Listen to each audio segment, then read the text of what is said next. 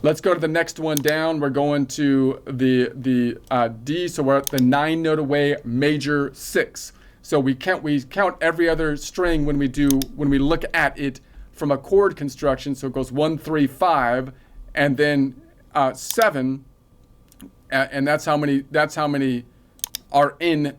That's how many.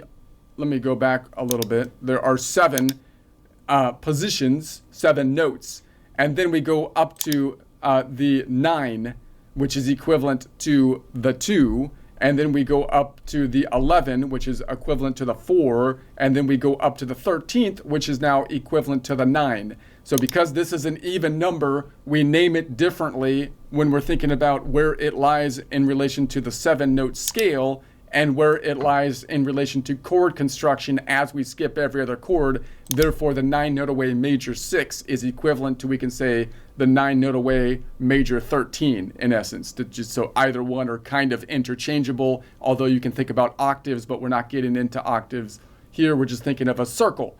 All right, so if I look at that on the same string, then 9 notes away is going to be too far to reach up top. I'd have to count up 9 notes. Therefore, I'm going to go backwards, because that's shorter distance. 12 minus 9 is 3. So 1, 2, 3 brings me back to the D.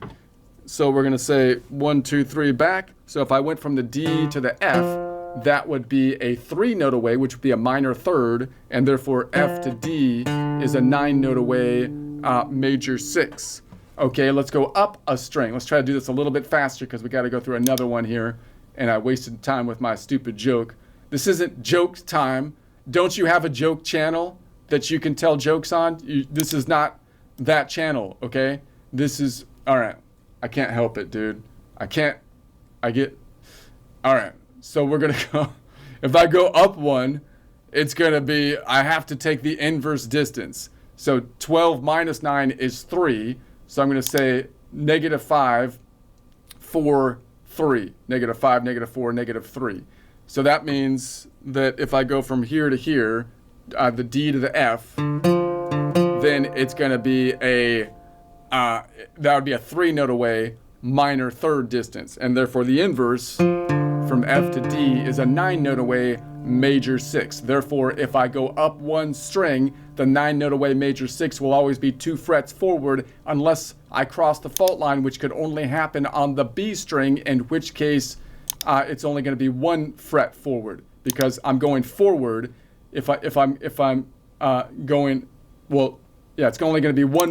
Notice if I'm going forward, it's kind of interesting because if I go up above it, because I'm looking at the inverse distance, it's actually going to be a shorter distance. But if I was going below it, like if I was going from this side to this side, it's going to be a longer distance. So now obviously I'm going up forward. So because this plate shifted forward, it's a shorter distance. So the idea would be, if I go up 1 string, the 9-note away major 6 will always be 2 frets forward unless I cross the fault line, which only happens on the B string, in which case if I go up 1 string, the 9-note away major 6 will only be 1 fret forward. Okay then, let's go down 1 string. Going down 1 string, we could see it right there. So it's going to be, counting that out, that's going to be 5, 6, 7, 8, 9.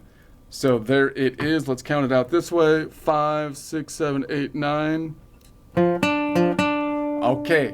So if I go down 1 string, then the 9-note away major 6, which we can also call the 9-note away major 13, will be 1, 2, 3, 4 frets forward unless I cross the fault line, which would only happen if I start on the G string. So if I had this F right here, for example, now because I'm going down across the fault line and this tectonic plate shifted to the right, it's going to be a further distance forward here. So that means that the 9-note away major 6, if I go down 1 string, will always be 1, 2, 3, 4 frets forward unless I cross the fault line, which is only going to happen on the G string, in which case if I go down 1 string and cross the fault line, the 9-note away major 6 will be 1, 2, 3, 4, 5 frets forward. All right, let's go down to the next one. Let's get serious. Let's get focused here. I've got to crank these out. You're pulling too much time, man. You're pulling too much time. If I go down 2 strings, the 9-note away major 6, we're going to say 5, 10, 9. So that's the shape. So if I do it here, it's going to be 5, 10, back 1 is 9. So if I go down 2 strings, the 9 note away major 6 will always be 1 fret back unless I cross the fault line, which is going to happen if I start on the D string or the G string. I can't start on the B or the E string because then I'll cross unless I count going around the top, around the horn. So I'm going to say, okay, if that happened, if I started here, then I'd go to D here. So now when I'm going down and back, whenever I'm going down and back, if I cross the fault line, it's always going to shift it to the right, making it usually easier, although in this case it's almost a little harder because you have to bar it to get it here. It'd be a bar, which might be easier in some ways to think about, but it would be hard with a bar to not play that one, which makes it a little harder to think about. But the idea would be, if I go down 2 strings, then the 9 note away major 6 will be 1 fret back unless I cross the fault line, which is going to happen on the D and the G, as opposed to not crossing the fault line, which happens on the E or A string. And I can't go down 2 strings on the B or E, bottom E string. And if I cross the fault line, the 9 note away major 6, 2 strings down, will be on the same fret. Okay, so let's go down another one. We're going to say next one, otra vez. Down 3 strings, it's going to be 5, 10, and then up here to 15. 15 minus 12 is 3, 2, 1, 0, back to the octave, and then, or 12, 12, 11, 10, 9.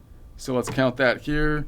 So 5, 10, and then 15. 15 minus 12 is 3, 2, 1, 0. There's the octave, and or 12, 10, 9. Wait a second. No, that's right. That's right. I know what I'm talking about. Wait a sec. No, it's not. Something's wrong. It should be here. Let's do it one more time. So it went 5, 10, 15. 15 minus 12 is 15 minus 12 is 3, 2, 1, 0, octave or 12. 12, 11, 10, 9. There it is. That's what I thought. Okay, so if I go down 3 strings and cross the fault line, the 9 note away major 6 will be 1, 2, 3, 4, 5 frets back, which is about our maximum reaching distance. And the only time I wouldn't cross the fault line is if I was on the string above it.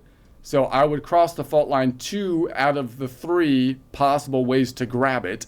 If I was up top, there's the F right here, just off the screen. And then it would be back here. It would be a little easier to play. So it would be 1, 2, 3, 4. Wait a sec. No, it'd be harder to play. Because if I go down and back, wait a sec.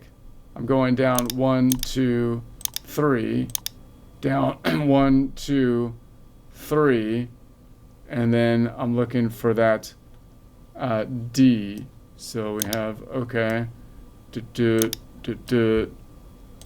Yeah, that makes sense. So that means if I go down 3 strings, and if I go down 3 strings, the 9 note away major 6 will usually be 1, 2, 3, 4, 5 fret.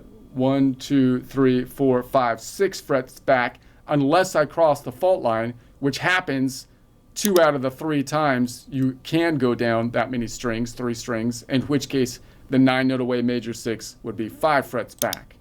Okay, so okay, let's go down 4 strings. So if I go down 4 strings, now I might say, hey look, it would be easier to find the note on the top string, in which case I can say I have to find the inverse distance. 12 minus 9 is 3, so I'd say 5, 4, 3, and there's the D this way and this way. I could count it down, in which case it would be 5, 10, 15. 15 minus 12 is 3, plus 5 is 8, and then there's the 9.